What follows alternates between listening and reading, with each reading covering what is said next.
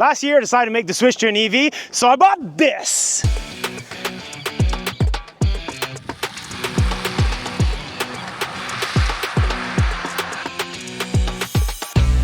Do not like this. Are just dumb. In my professional and personal opinion, it's just dumb. And braking. That never gets old. So it's been 8 months since I purchased my 2025 Chevrolet Equinox RS dual motor, so all-wheel drive. And this video is going to be more so about my overall impressions, things I'd like to see change, things I have changed in certain settings, anything like that. But if you want a full detailed review, when I initially bought it, I gave all the specs and all that stuff, so definitely go check out that video. But for those who are too lazy to go check out my previous video, here you go, I'll glaze over some of the specs. So it's a dual motor, 300 horsepower, 346 pounds-feet of torque, 0 to 60 in 6 seconds, 285 miles of range, and 450 kilometers of range. And that's all I'm gonna say. The rest is gonna be actual life ownership impressions, because yes, I did buy this. This is my personal car. I've been using it and I've got almost 27,000 kilometers of travel time with the Chevy Equinox EV RS. So take it for what it's worth. I drive a shit ton, and this is going to be all my impressions of it. So overall aesthetics, I don't really need to cover that much. It looks great, and that's why I bought it. But one thing right away, we're going to get into what I changed. So no frunk, and I don't care. I didn't have a frunk before when I switched from an internal combustion engine vehicle, so an ICE vehicle. It was a 2016 Mazda CX-5. I loved it. However, because I travel so much, as you can tell, I've only had it for 8 months and I'm at 27,000 kilometers. It hurts. So I went from spending $600 to $700 a month on gas. For those laughing, I live in Canada, all right? And I live in Quebec, so where the gas prices are high, electricities are low. So on average, I'm spending about $60 a month in electricity, traveling the same amount of kilometers. It's insane. So I'm not here to talk about why I switched to an EV, more about this, but it's relevant. But one thing I did change for the winter tires, and now I put on the stock tires for this video specifically, is I changed the tires. My winter tires are 17-inch wheels. These are 21s. So we got 275/40 R21s on there. Do not like this. And I know what you guys are gonna say, you could have just bought an LT. No, I could not, because there was none in stock back in December 2024. They do this on purpose, right? Higher profit margins on these bad boys, on the RS. But these are just dumb. In my professional and personal opinion, it's just dumb, because it makes the ride comfort a lot less pleasant. And I know this from going from my winter tires, which are 17-inch wheels, to going to these. So that is the first take. As soon as these tires are done, I am switching to about 18-inch wheels. The LT does come with 19-inch wheels. I think that would be okay. I just want a little bit more rubber, because I do live in the mountains, I live in the countryside, and the roads in Quebec here are not the greatest. So yeah. All right, now over to the charge port, because I think we've identified that the wheels, you should go bigger. One thing I've noticed is there's a light here, and for part of my winter, it was no longer working. I was gonna bring it to service, but then in the spring, it started working again. It's a bit of a pain because, you know, at night, pitch dark, I kind of use my cell phone flashlight. It's not that big of a deal, but it is one of the things that kind of went off on me and now is back on. And it's kind of like the awkward moment where you want to go to the dealership, but you're like, it's working now. But, you know, so it's one of those things. As far as range and such, real life range, so I gave you the stats at first, you know, the 450 kilometers of range, or 285 miles. And it's a slushy. Speaking of slushy and cold, in the wintertime, my range, we're talking about minus 15 Celsius, or whatever it is in freedom degrees. I'll put that below. But in around minus 15 Celsius, highway driving, so not ideal for an EV, I was getting 320 kilometers while driving I don't know how many of you are cops or local cops watching this, but driving the flow of traffic, you know, 120 kilometers an hour or 74 miles per hour. So 320 kilometers of range in winter condition, which equates to, I believe, almost 200 miles of range.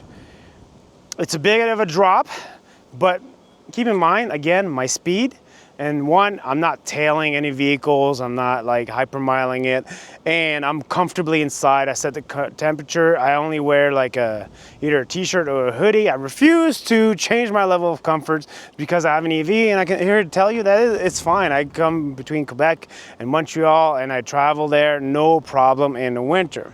In the summer, yeah, you can pretty much get 450 kilometers of range if your HVAC's not fully on blast and all that stuff.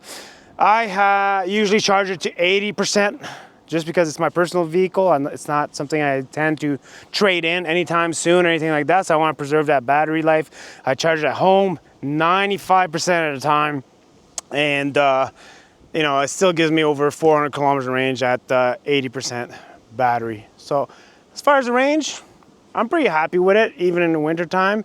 Especially our winter over here is pretty harsh. You get minus 20, minus 30, and I haven't had any issues.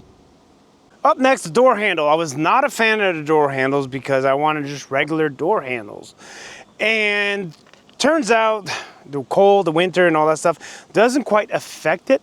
What does affect it, however, is the fact that when I come out to, you know, remove snow off my vehicle, I have the key, and it senses I have the key. And for the love of me, I try to program it so the handles don't pop out like you just see there whenever I'm close to it, but you cannot. What you can change is like unlock and lock, but the fact that the door handles are popped out, I mean, if you're a viewer and you figured out a way of stopping those handles to popping out whenever you're close by with the key fob, tell me. Because the only solution I found is get my snow brush, leave the keys inside the house, and then brush it. And then, because when I knock the snow off the car, it falls right here. So I'm going to switch position with Brian. By the way, Brian's back, people. He's I brought him out of retirement for this one. See this gap here? So I'm brushing snow, and snow falls in here, and then when it closes, boom, you're packing snow on the inside. So the problem is not that they won't pop out when there's freezing rain. Trust me, they will. That has not been an issue for me. I've had freezing rain, I have a ton of snow, and it's not an issue. They will pop up, and it's quite sturdy of a build. I have no concerns about this failing, unlike I did with the Chevy Blazer and its charging port, but that's something that kind of annoys me. Again, if you don't live where there's snow, not really a concern for you. Moving on. The back end wiper, always nice, but that's not the only one to have that. One thing that I found that is really nice is whenever, see, the rear camera's got 360 camera, but whenever it's dirty, especially in the wintertime, they're always dirty. You activate the rear windshield wiper cleaner and it cleans the camera as well. That is amazing because since I review cars, I've driven cars like luxury segment like Lincolns that don't, or Infinities that don't even have that feature. So this is, I would say, is a premium feature to have, especially on the Equinox EV. Next, going in. So I'm gonna activate it like this, and then I'm gonna show you what my issue is. It's right here. So this is a piece of rubber that you press when you want to open the trunk. Yeah, it's great in the summertime, but in the wintertime, once you have gloves, it's very thin, and you really have to get it in the middle to press it. Like if you press a bit on the side. So I wish the whole rubber piece here would have been the thing you would press down, as opposed to this little strip. That's a bit annoying. Didn't like that, and I always have to take off my gloves. Yeah, I guess sausage fingers, I guess. I don't know.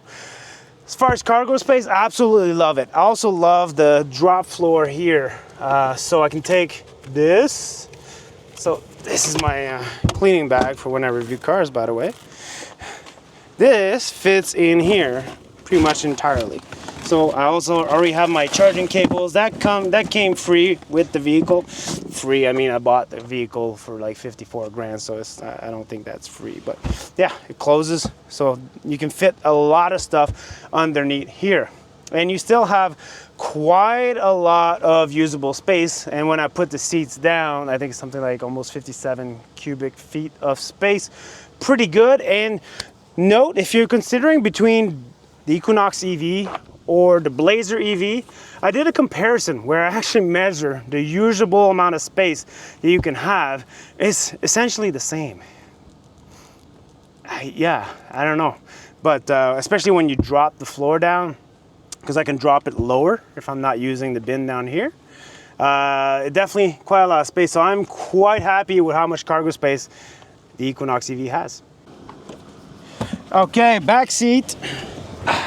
What's there to say? 39 inches of leg room, that's plenty spacious. I don't spend much time here. That's basically my kid. He likes to make a mess, but the good part is for us is it's been fairly easy to clean. And he's dropped everything from ketchup on these seats to everything, no issues. He can plug in his device. I got 2 USB-Cs. Either he stays nice and cool or nice and warm, depending on the weather, because he's got USB-Cs there. Pouches for my first aid kit, my tourniquets, if I decide to kill somebody and then change my mind. So yeah, there's lots of good thing. Headroom is ample. I am 5'9", and I got a couple inches left in the cubby, even considering that I have this because I do have a panoramic sunroof. If you don't, you have even more headroom. So yeah, that's about it. Let's go in the front. Okay, interior. First off, digital gauge cluster, really great. Everything is good. And I'm gonna go right into what I don't like. And I mentioned this in my review. It is this. Drive modes. It's through the screen. And I do not like it. I didn't like it then. And thanks for the community, because before I was using it out of this. And I was like, that's annoying. And you could just drag and put it up here. And I did that. Now it's up here. Still annoying. I want it like some manufacturers have it right here on the steering wheel. Boom, drive mode, put it there. It's good. Second thing is, I'm actually gonna grab the camera from Brian. So, and just so you can see, this is Brian. He's back from retirement eating ice cream because I can't afford to pay him. So I pay him in ice cream. So you can see here, almost at 27,000 kilometers. Yay. And here you'll be like, oh, what's this yellow light for? Well, that yellow light, my friends, is because I have turned off the automatic pre-collision braking thing. So the braking alerts are still there. I still want to keep those on and active. But the thing is, whenever I would be like, you know, when you're at a stop sign, there's a car in front of you, and you creep just a little bit, it would just boom, brake. I was like, holy, like, I was like, did I just get hit by something? Did I hit something? What happened? And it was kind of annoying. And even the pre-collision alarms, like it flashes a red light right about there. There's a light that reflects on the windshield. I like that overall, but it sometimes goes on early in the morning when there's like a shadow that looks like a wall or something. So I don't trust it 100%. I turn it off. I haven't crashed into anything, so I guess I'm doing fine driving by myself. So that's fine. Lane keep assist is also a button down here. It's not the smoothest, all right? If you're comparing it to other vehicles, like, and you know, good thing that I drive different kind of vehicles all the time, but I find that other manufacturers have a smoother lane keep assist, and I think they did that on purpose, because otherwise you wouldn't really need to buy Super Cruise, right? Which is an update. I love Super Cruise, big fan of it. Lane keep assist here, yeah. Moving on to here, I said in my review, we don't have rain sensing wipers. We do have auto high beam. I would like that to be switched. I want rain sensing wipers, and I don't care about auto high beam, because high beams is a gross motor skill. Now, if you don't know me from my channel, I'm Pat, by the way, and I used to be military. I used to be a close protection operator, advanced pistol carbine instructor and such. So gross motor skills, really easy to do in high stress environments and stuff. So boom, high beams activated. If I want to activate my wipers, let's say a truck just splashed a big puddle in front of my windshield, that's a fine motor skill. I have to turn this wheel here. That's fine motor skill. In high stress environment, that's not as easy to do as high beams. That is my logic behind it, because I know 50% of you are like, I prefer auto, I'm like high beam, and 50% of you are, I prefer rain sensing wipers. That is my logic behind it. This does not have rain sensing wipers, and it should. Moving on to this. Now, if I take off my sunglasses, I can see what some of you guys were talking about when I did my initial review is I do get, see that shiny plastic there, Brian? It reflects off the window, so you get a glare back. And I'm not too sure the camera can capture that, but it is there, and I didn't notice it for the longest time. You know why? I always drive with these, even if it's somewhat a little light out there. I like to protect my eyes. And also, even when there's like somewhat rain, you guys know why I drive with polarized lenses and stuff like that, because rain reflects light. A lot of times when you got snow and rain, a lot of people take off their sunglasses. You probably should keep them on, because you're neglecting that reflection of the snow, of the raindrop, and you can actually see more. Even though if it's a little bit darker, you'll see better with sunglasses. This has nothing to do with this car review. It's just a little pro tip, all right? Just listen to me. But yeah, so I always have glasses. I never see the glare, never. But I know like Kim Java, like Tesla super fan over there, she mentioned something about it. Cool story, girl, but it doesn't bother me. And if you wear sunglasses, it won't bother you either. Oh yeah, I'll point out what bothers me, and I'll point out what's not bothering me. But yeah, the drive mode bothers me. Also, the fact that I changed my light through here, it's not a big deal, because I usually just keep it on auto. I had it on because to give you guys a nice cool lights, stuff like that. But one thing that does bother me about this is not really the infotainment system. This infotainment system is really great. I use Waze quite a bit, and mostly in my area. When I know where I'm going, I use Waze. If I don't know where I'm going, I use Google, because Waze is really good in my area, telling me where there's, you know, police and such. Not that I drive bad. Again, if you're a cop watching this, that's not why. I just want to know where you guys are at. That's all. Anyways, but a lot of time when I start the car and I have the data plan, it just won't connect. Even though if I'm in an area that it always connects or usually connects, it's a hit and miss. A lot of times you'll be like, you're offline. I'm like, why am I offline? I was online here yesterday. And that is something that has been annoying me quite a bit. Now, the Google native system will work regardless, but it'll tell you you're offline. You're still gonna be able to navigate where you are, so navigation won't be an issue.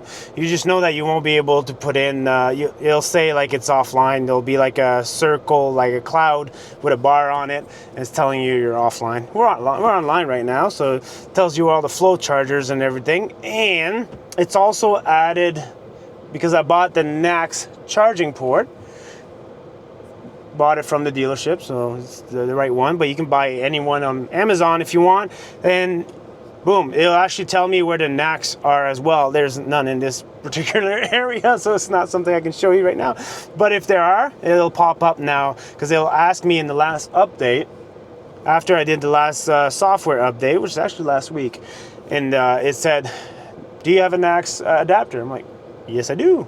Clicked on, and now in your Google Maps, it tells you if it's occupied or not. So here we got one charger that's occupied out of 2.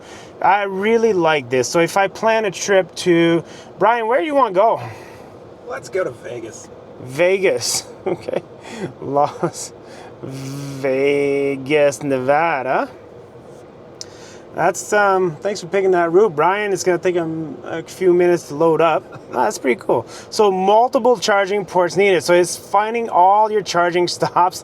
We got 19 charging stops, but we'll get there with 30% after we charge.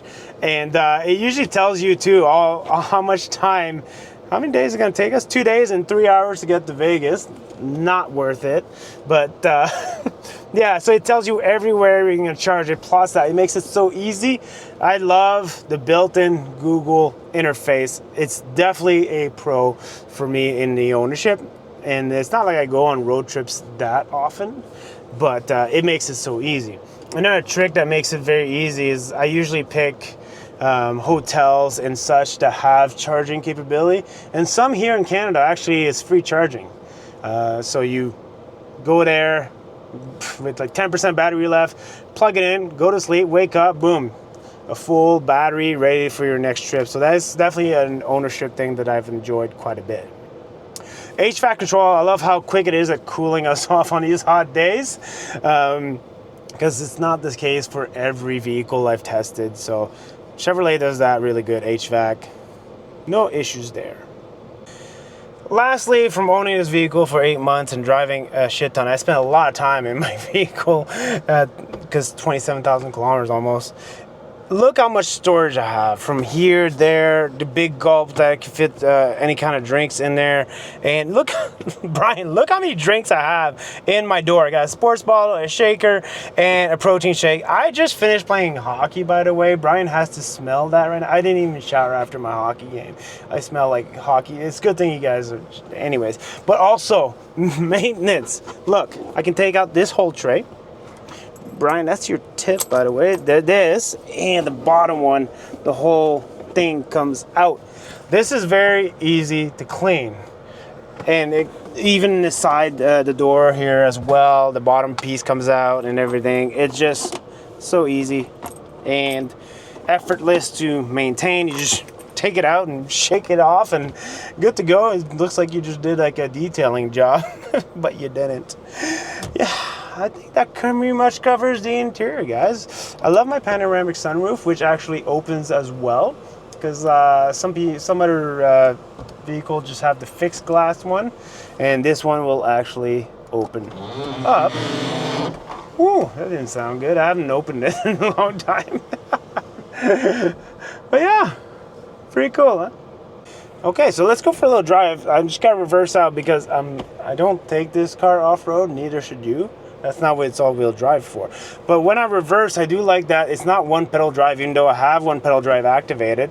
I just let go of the brake and it's go, and I like that. I hate it when it's like one pedal drive in reverse as well. It seems like Chevrolet actually thought about quite a lot when they decided to build this car, and that, yeah, one pedal drive for reversing, not a good idea. But windshield wiper fluid, for a windshield wiper washer in the back and the rear, camera, and I have 360 camera. So it definitely offers very good quality of camera. And now we're looking at where we're gonna go. And you know what? I'm gonna go into sports mode. So I hate that I have to go through the screen for it, but go to sports mode. Yeah, straighten up there, Brian. Or you're gonna slide all the way in the back. One thing I did realize from between this EV and all the other EVs is that it's still a tempered acceleration, but as an owner, I am quite happy that it is, because I pay for the tires now. You know, it's not a press car that I can just burn rubber and just keep doing, like, you know, starts and stuff like that. But yeah, so it's tempered acceleration, but coming from internal combustion engine, even a Mazda CX-5, which is usually a pretty good throttle response kind of vehicle, very sporty handling. This just, you know what, if you're in the wrong lane at a red light and you need to accelerate fast, you're still gonna accelerate really fast. Case in point, now.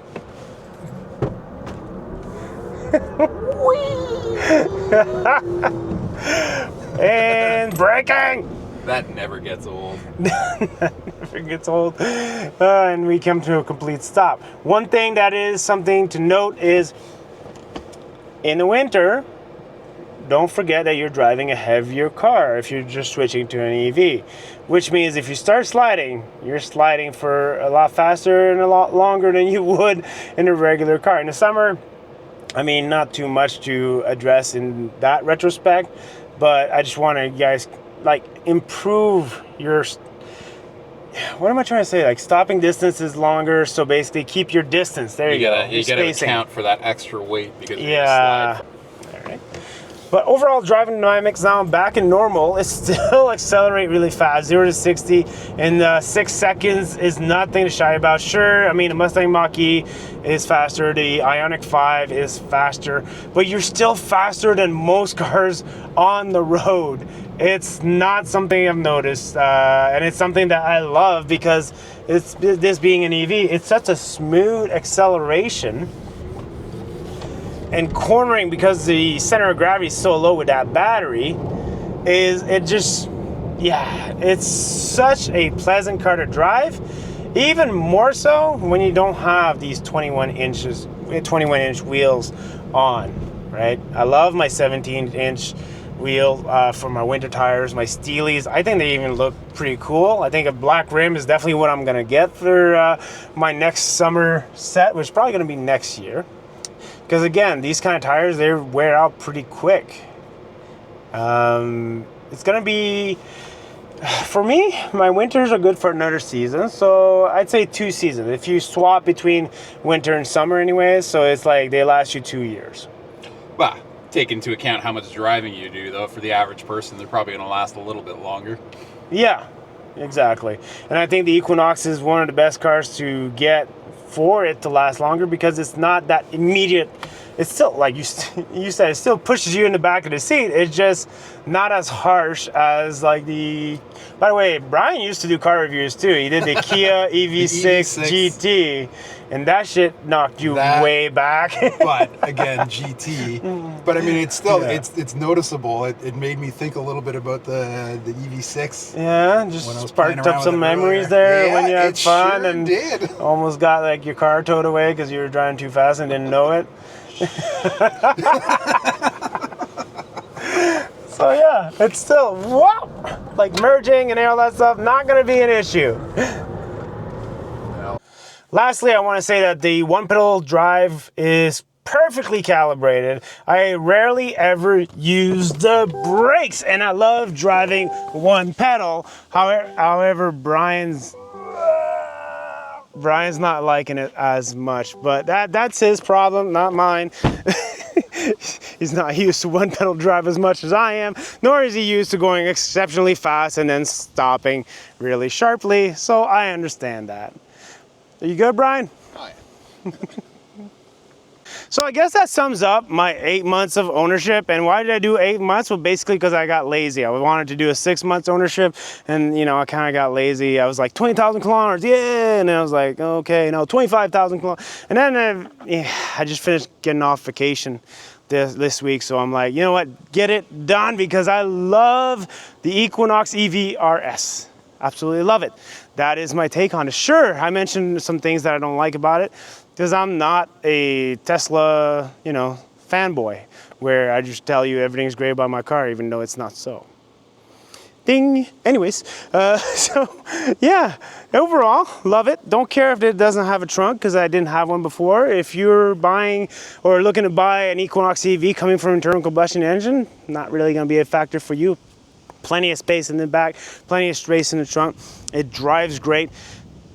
Get the LT though. Do yourself a favor and get the LT. I didn't have much of a choice because they were selling like hotcakes in December and December 2024, and it was all RS. They want the higher profit margin vehicles. I understand that, but it should be some LTs around. Definitely be on the lookout for that. Unless you can get a great deal like I did from Hawkesbury Chevrolet. I did a video on that too. And yeah, I know I should remove the front plate bracket. I'm lazy, okay? I just retired from the military. I'm kind of in shut her down mode. Give me a break, will ya? Or I might just put a vanity plate. Woo, who cares, right? But yeah, overall, I love my Equinox. I did a comparison with the Blazer, and I say over there why I didn't go with the Blazer in that video. Definitely go check it out. Definitely subscribe to the channel so I can keep doing these kind of car reviews where it's just a regular guy. I'm not a journalist. I never said I was. I'm just a guy that loves driving cars and like giving my no-nonsense approach review on it. What's important to me and what's not important review to me. You notice how I didn't go over all the materials being used on the inside. I couldn't care less. I don't give a shit about what materials being used. I know it's comfortable. The seats are comfortable.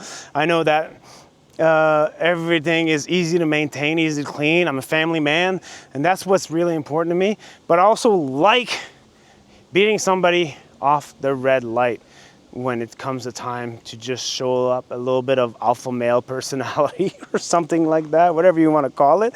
And I love the overall aesthetic looks of it. Yeah, the fact that the RS, essentially what you get is that blackout portion and the red badging for the RS and the badging in the seats. Couldn't have cared less. The LT still, you can get certain options where you do still have a wireless charger in there. I don't have wireless Apple CarPlay or Android Auto. I didn't mention that throughout the video because that doesn't bother me.